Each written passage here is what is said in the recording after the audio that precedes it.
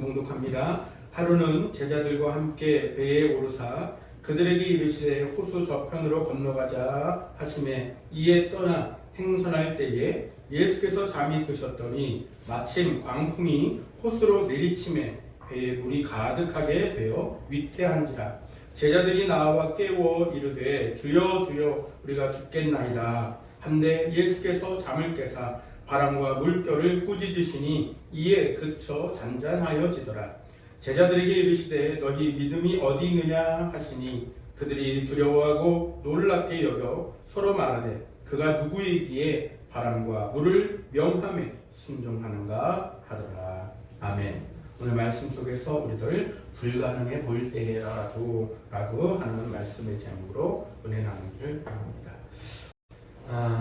이제 2025년 11월에 우리 오늘은 마지막, 공교롭게도 오늘은 이제 11월 마지막 날이에요. 이렇게 여러분들 이제 낙엽도 이제 다 거봐 떨어져서 가지만 앙상하게 남은 거 오시면서 많이들 봤을 것 같습니다.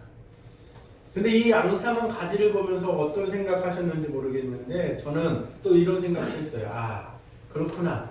한 해 동안 열심히 또 새로 돋고 날 달려 있었던 저 이파리들이 떨어져 나갔기 때문에 또 새 잎이 나겠구나 라고 하는 또 그 안에서 앙상하지만 황량해 보이지만 소망도 함께 또 보았습니다.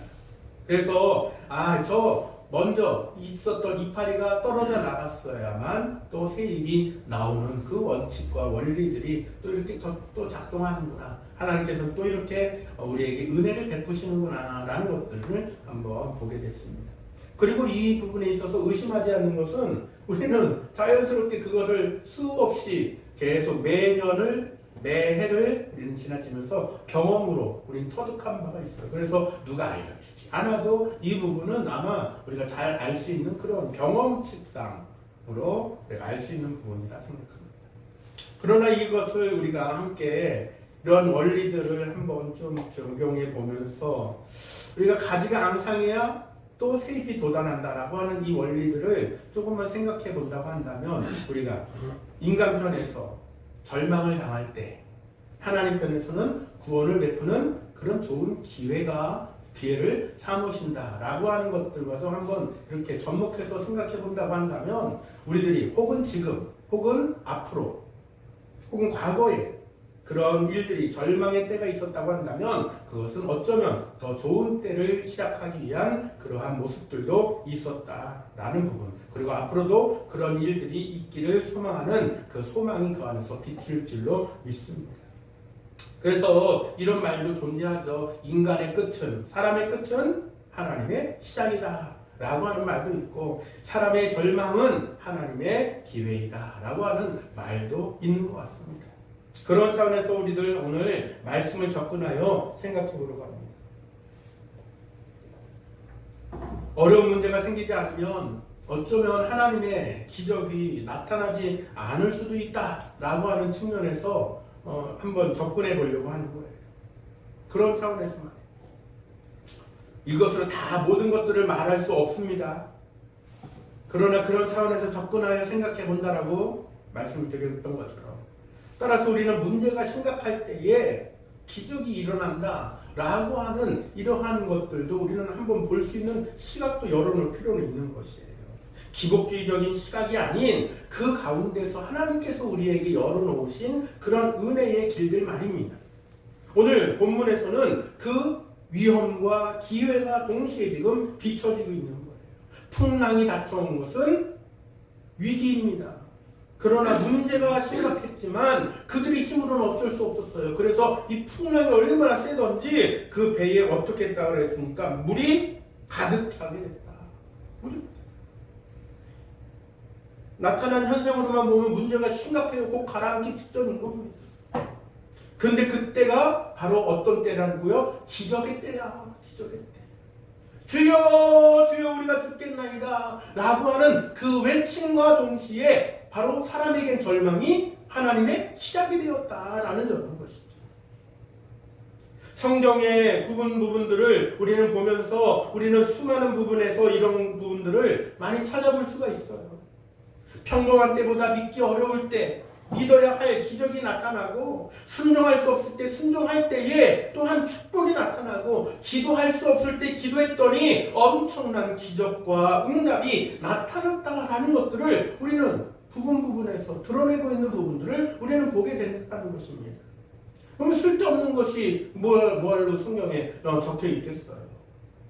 그런 면을 우리는 볼 때에 반드시 우리에게 주시는 메시지가 있다. 하나님의 뜻이 있다. 우리는 이 안에서 우리는 1차원적으로도 뿐만이 아니라 2차원적으로, 3차원적으로, 4차원적으로 여러 차원으로 우리는 접근하면서 보면서 다각도로 하나님의 뜻들을 발견하고 은혜를 깨닫는 우리에게 주신 이 귀한 시간이 되어야 할 줄로 믿습니다.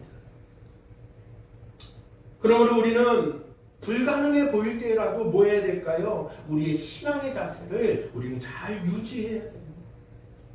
요새 균형 잡는 운동기구가 유행이라고 했죠. 그래서 코어 힘을 길러서 이 중심을 잘 잡아놔야 몸의 균형이 틀어지지 않는다라고 해갖고 이 볼 같은 데에 올라서서 균형을 탁 이렇게 잡는 운동기구가 아주 유행이래요. 그래서 이제는 홈트가 어느 정도 이 정리가 돼갖고 뭐 아령 들고 뭐 이런 것도 좋은데 그거보다 이 균형을 잡아야 된다라고 하는 이 운동이 굉장히 대세라고 그러더라고요. 그러니까 그 위에 탁 올라서 갖고 이 균형, 몸의 균형을 잡는 거예요. 그래서 코어 힘을 기르고 이 기립근에 이 힘을 탁 길러 갖고 몸이 틀어지지 않고 무너지지 않도록 하는 그런 운동을 해요. 바로 우리들이 신앙도 역시 마찬가지입니다. 우리의 영적인 생활도 역시 마찬가지입니다. 불가능해 보이는 어려운 상황이 닥쳐올 때에 우리의 신앙의 자세가 결국 흐트러지지 않도록 우리는 이런 운동, 영적 운동을 우리는 잘 해야 될 줄로 믿습니다. 그럴 때에 우리는 든든하게 설 수 있는 거예요. 과연 그러면 우리는 어떠한 신앙의 자세를 견지하고 바라보고 우리가 이 운동을 해야 할까라는 점이죠. 첫 번째로는 아마 믿을 수 없을 때 믿는 운동이라고 명명을 할 수 있을 것 같습니다. 헬스장 가갖고 바벨 운동도 하고 이렇게 역기 드는 운동도 하고 이런 것도 다 좋겠습니다만 우리 믿음으로 비춰본다고 한다면 믿을 수 없을 때 믿는 운동이 우리들에게 필요하다는 거예요. 이게 바로 불가능해 보일 때라도 우리가 신앙의 자세를 흐트러지지 않는 운동의 첫걸음이 될 것 같습니다. 성경을 보거나 우리의 신앙생활을 살펴볼 때에 믿을 수 없을 때에 믿어야 하나님의 구원과 기적이 더욱더 크게 드러나고 있다는 사실들도 우리는 종종 발견합니다. 오늘 본문에도 그러한 상황이 나왔었죠. 뒤집혀서 죽을 것 같은 위태하고 대단히 위태한 그 순간에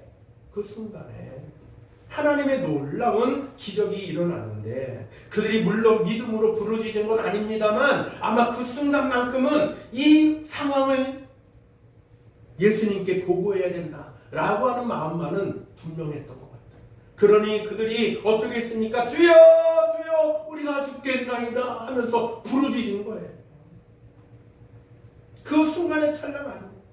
우리도 이렇게 부르짖어야 되는데 이 평상시도 뿐만 아니라 이런 위기의 순간, 위태한 순간에도 우리는 이렇게 부르짖어야 될 줄로 압니다. 물론 이 안에는 더 생각해봐야 할 부분들이 더 점차적으로 있습니다. 계속 풀어보겠습니다. 예수님이 그때에 깨어서 일어나셨어요. 그리고 순간 뭐라고 말씀합니까? 예수께서 잠을 깨사 바람과 물결을 꾸짖으시니 왜 부르는지 아시는 거예요. 왜 부르는지.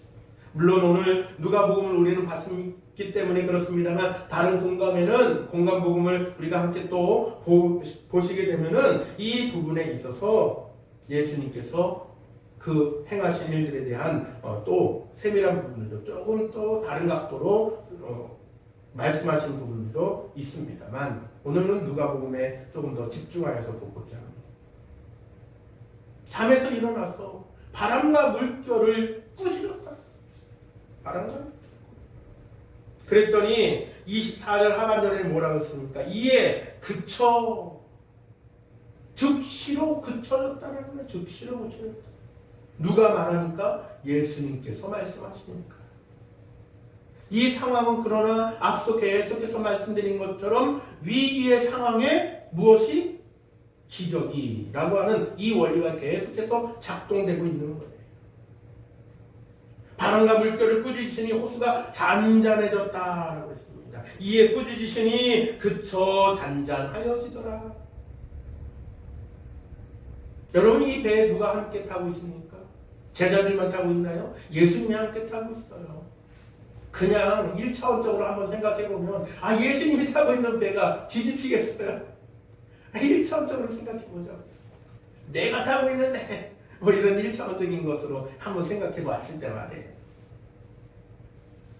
그러나 예수님이 탄 배도 2차원적으로 3차원적으로 또 생각해보면 예수님이 타고 있는 배임에도 불구하고 풍랑을 맞았다라는 것이고, 예수님이 타고 있는 배일지라도 물이 찼다라는 것이고, 예수님이 타고 있는 그 배일지라도 위기의 순간이 닥쳐왔다라는 것으로 봤을 때는 또한 그 가운데 하나님의 뜻들이 분명히 있음도 우리는 볼 필요가 있는 거예요.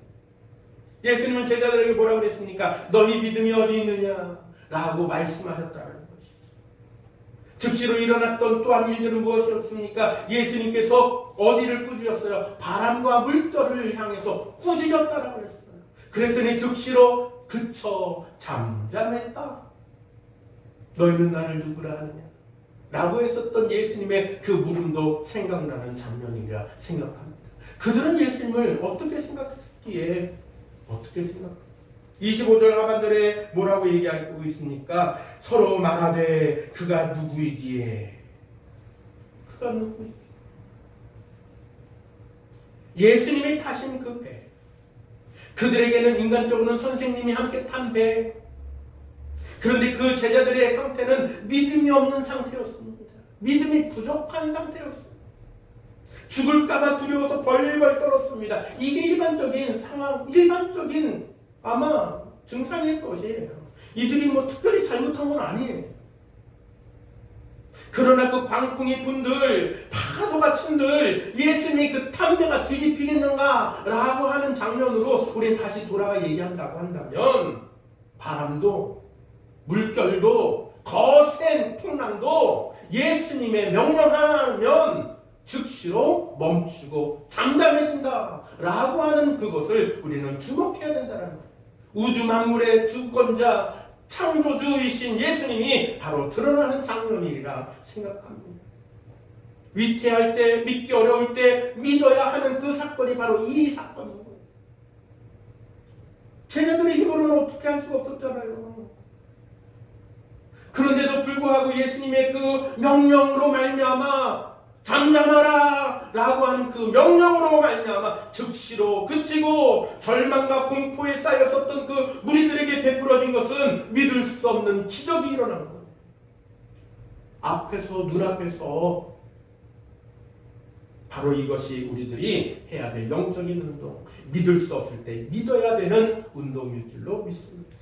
그러니 여러분, 무엇이든지 가리지 말고 믿을 수 없는 때에 우리는 먼저 뭘 해야 될까요? 예수님을 부르짖어야 될 줄로 믿습니다. 이것이 바로 믿음인 거예요. 누가복음 8장 50절에도 이런 말씀이 있는데 이렇게 기록하고 있습니다. 누가복음 8장 50절에 예수께서 들으시고 이르시되 두려워하지 말고 믿기만 하라. 그리하면 딸이 구원을 얻으리라. 해당장 야이로의 딸이 죽었을 때도 예수님은 그렇게 말씀합니다. 죽음의 공포로 떨지 말아라. 질병으로 인하여 떨지 말아라. 라고 말씀하시는 거예요. 절망과 공포에 휩싸여서 벌벌 떨지 말고 오직 믿기만 해라. 오직 믿기만 해라. 그러면 뭐 한다고요? 구원을 얻으리라. 할렐루야. 우리는 오직 믿기만 해야 하는 이 일들이 저와 여러분들에게 합당할 줄로 믿습니다. 어찌 보면 사람들의 일상이 늘 위기인지도 몰라요. 사실 어떤 통계학적으로 보면 인생의 99%가 불행이라고 합니다. 단 1%만 행복이라는 거예요. 그런데 단 1%의 행복 때문에라도 사람은 살아가는 거거든요. 그런 측면으로 본다고 한다면 사람이 살아가면서 대단히 수많은 일들이 다 불행, 위기, 어려운 일을 겪고 있는 것인 거예요. 그러니 우리는 모든 일상 속에서 때때로 내 힘으로 할 수 있다라고 하는 교만을 버려야 할 줄로 믿습니다. 누구를 부르짖어야 한다고요? 예수님을 부르짖어야 한다. 주여 주여 우리가 죽겠나이다. 우리는 이렇게 솔직하게 고백하고 부르짖어야 된다. 그럼 오늘 본문의 이 말씀은 그때만 적용된 그때 이렇게 일어난 일이지 이렇게만 될까요? 아니, 지금도 유효합니다. 오늘날도 유효한 말씀인 줄로 믿습니다. 환난을 당할 때, 위태한 일을 당할 때 우리는 두려워 말고 믿기만 하라 하시는 예수님의 이 음성을 들어야 할 줄로 믿습니다. 주의 음성을 내가 들으니 사랑한단 말일세. 믿는 마음으로 주께 가오니 나를 영접하소서. 내가 매일 십자가 앞에 더 가까이 가오니 구세주의 흘린 보배 피로써 나를 정케 하소서. 아멘. 그렇습니다. 우리는 주님의 음성을 들어요. 내가 매일매일 십자가 이스라엘 백성들은 하나님의 은총으로 애굽에서 탈출을 했어요. 그런데 얼마 안 가서 니네 그 습관이 못된 습관이 또 드러나고 맙니다. 절망에 부딪히니까 홍해 바다가 앞을 다 가로막고 있으니까 뒤에서는 애굽 군사가 막 줄여기 오니까 그때 뭐가 튀어나옵니까? 옛 습관이 그대로 튀어나옵니다. 원망을 하면서 애굽에 매장지가 없어서 우리를 광야에서 죽이려고 끌어냈느냐라고 하면서 울부짖고 불평을 합니다.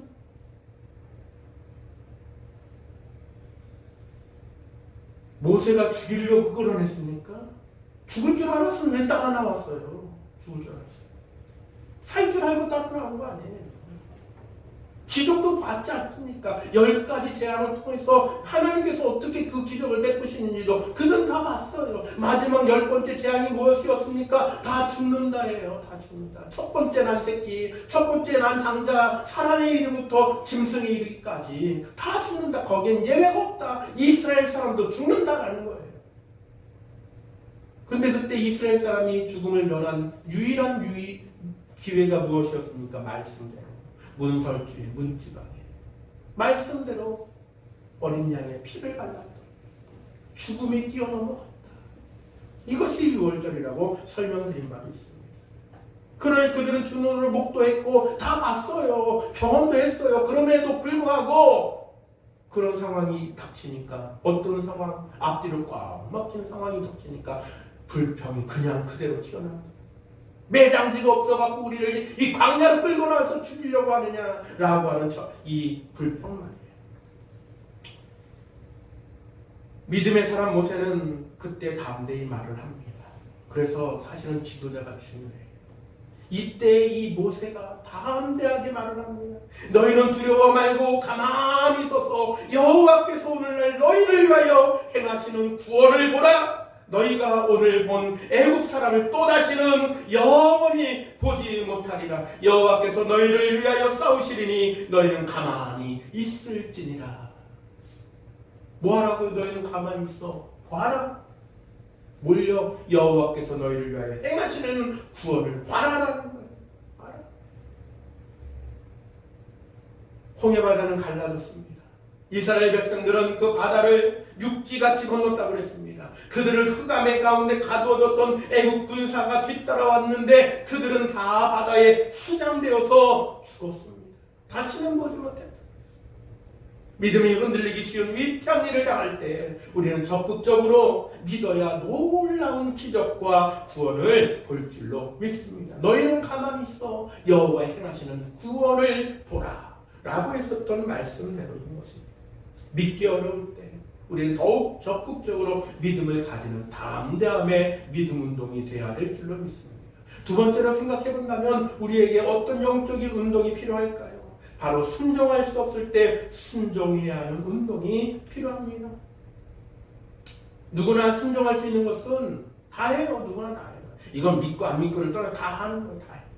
예수님도 세상도 하느니라 라고 하는 말씀을 했어요. 예수님은 믿는 자라면, 제자라면 이보다 더 라고 하는 말씀을 하시면 그 이후에 하시죠. 남들 하는 것만 이거는 뭐 잘하는 게 아니고, 누구나 순종할 수 있는 것은 순종하기도 쉽고 다 하는 거라 뭐 별큰 뭔가를 기대할 만한 게 없습니다. 그러나 도저히 순종할 수 없는 어떤 상황이 일어날 때, 그 대표적인 상황이 누굽니까? 아브라함이라는 사람이죠. 100세가 되어 얻은 아들, 독자 이삭. 하나님은 그에게 청천벽력 같은 말씀을 하죠. 갖다 바쳐라. 제물로 바치라. 그 말씀에 아브라함의 순종을 하나님은 그 상황 가운데 보시고자 했던 것이었습니다. 또 다른 인물을 얘기한다면 경험치가 많았던 어부였던 베드로. 아무리 고기를 잡으려고 애써봤지만 고기를 한 마리도 못 잡았어요. 그런데 그때 예수님께서 뭐라 말씀했습니까? 깊은 데로 가서 그물을 던져라. 바다의 일이라고는 경험이 1도 없는 예수님인데, 그분은 그러나 예수님으로 인간 육체의 목수의 아들로서만이 아닌 그분은 이 땅에 오신 하나님, 육체를 입고 오신 그분, 바로 그분이시기 때문에 그 말씀이 가능했던 것이죠. 기술적으로 얘기하는 게 아니에요. 이거는 기술적인 문제가 아닌 거예요. 자격증이 있어서 하는 말이 아닌 거예요. 경험치가 있어서 하는 말도 아닌 거예요. 그러나 창조주 하나님으로서 베드로에게 순종할 수 없을 때 순종하고자 하시는 그 지금 훈련을 시키고 있는 것입니다. 깊은 데 가서 그물을 던져라. 자기의 경험으로 보면 해당 안 되는 얘기예요. 그런데 그때 그대로 했다라고 했어요. 그랬더니 자기 경험이나 고집을 버리고 순종했더니 어떤 일이 일어났습니까? 그물이 찢어지도록 잡았다라고 했습니다. 우리가 아무리 평생 동안 10년, 20년, 30년, 아니 평생 동안 예수 믿어도 자기 판단과 자기 상식과 고집을 버리지 않으면, 제멋대로 예수 믿으면 말짱 꽝인 거예요. 말짱 꽝. 내 멋대로 제 멋대로 내 입맛대로 예수 믿으면 아무 소용없는 거예요. 신앙생활의 참된 의미는 나의 경험, 자기 경험이나 상식을 버려야 된다는데 그 묘미가 있는 것입니다. 아니 이것을 하나님께서 요구하시는 거예요.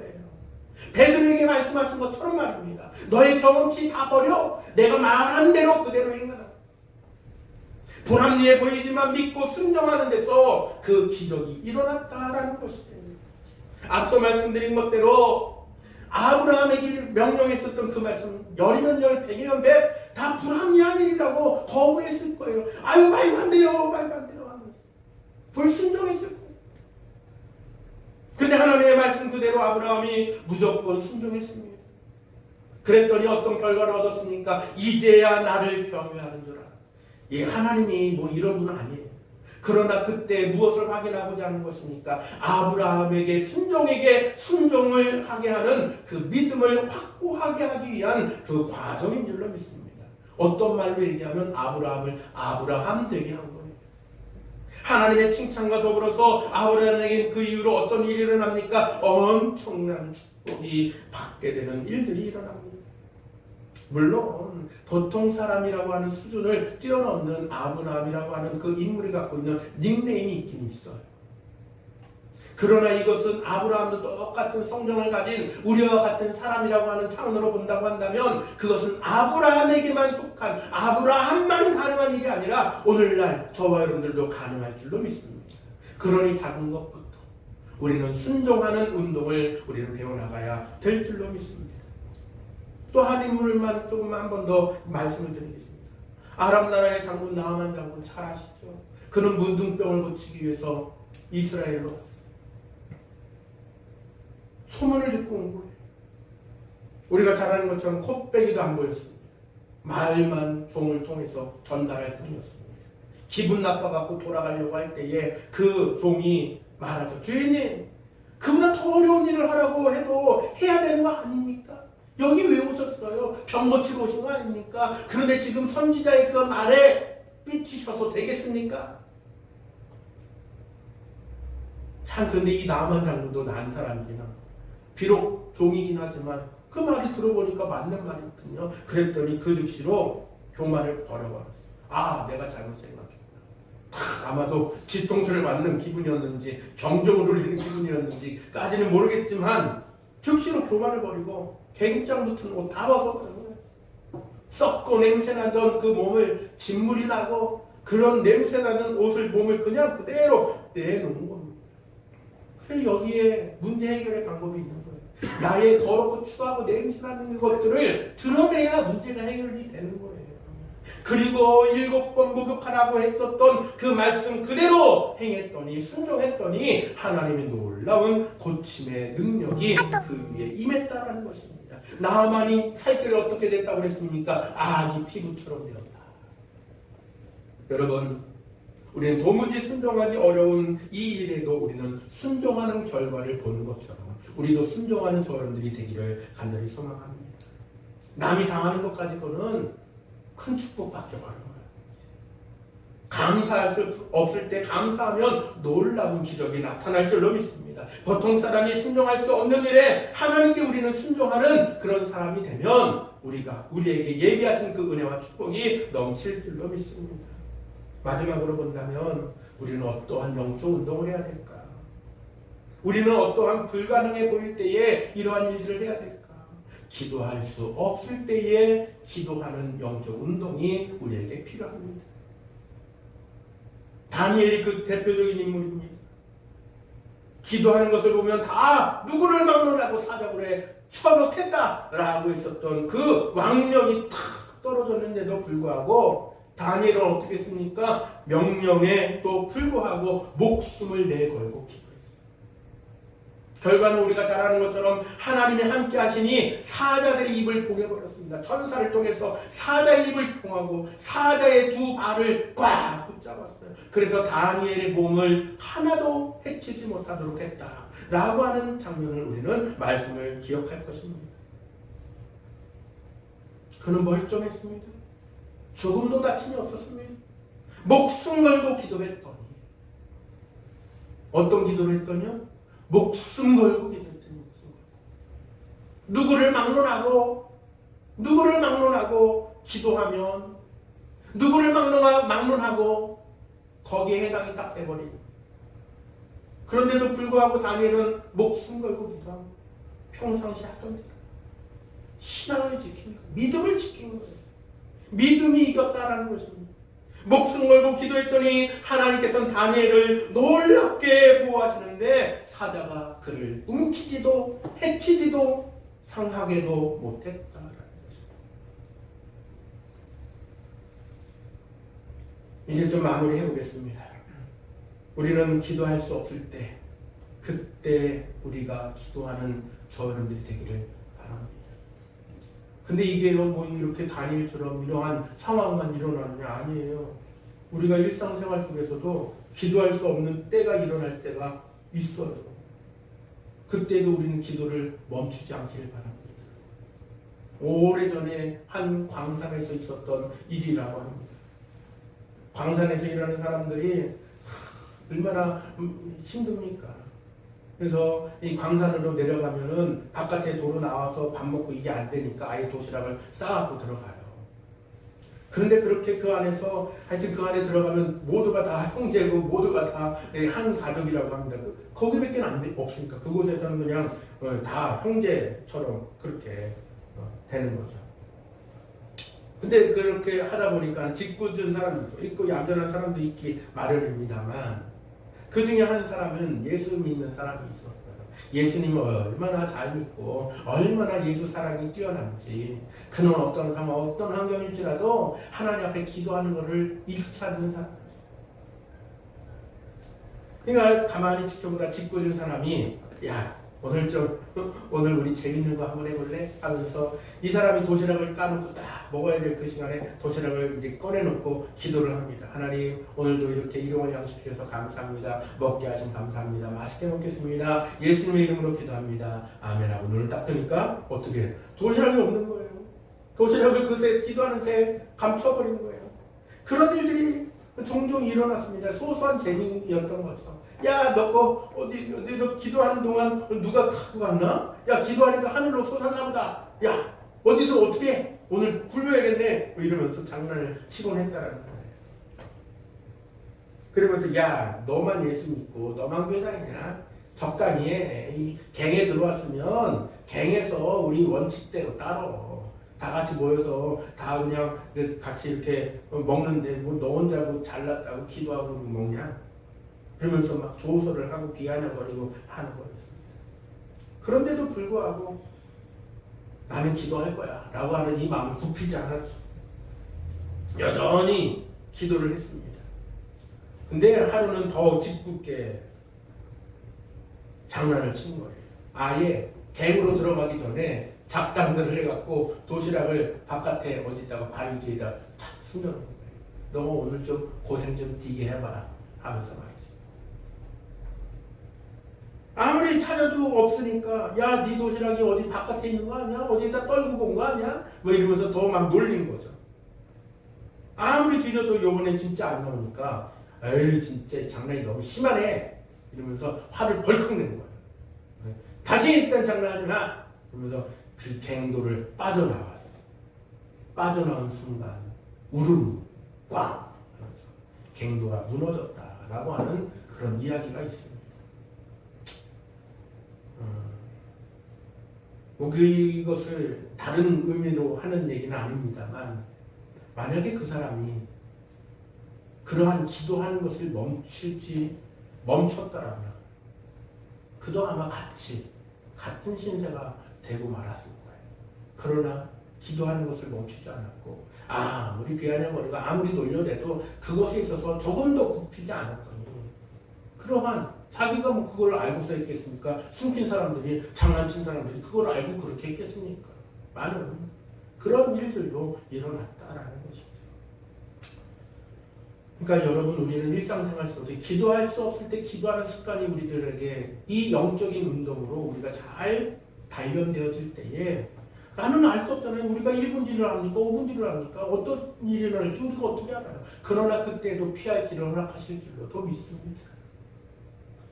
바울이 전도하다가 억울하게 올게 갇혔을 때 누가 찬송하고 기도하기가 쉽겠어요. 그러나마는 바울은 어떻게 했습니까? 신라와 함께 찬송과 기도를 했습니다. 그랬더니 어떤 일이 일어났어요? 옥토가 흔들리고 창고가 흘러지고 간수가 예수 믿는 그런 역사가 일어났던 사실들을 우리는 잘 기억해 볼 때에 우리는 기도할 수 없을 때라도 찬송하고 기도하며 놀라운 기적을 체험하는 저와 여러분들이 돼야 할 줄로 믿습니다. 피곤하다는 이유로 바쁘다는 이유로 여러 가지 이유가 많아요. 사설이 많을 수 있습니다만은 그것 때문에 우리가 져서 기도를 안 하는 죄를 범치 않기를 간절히 소망합니다.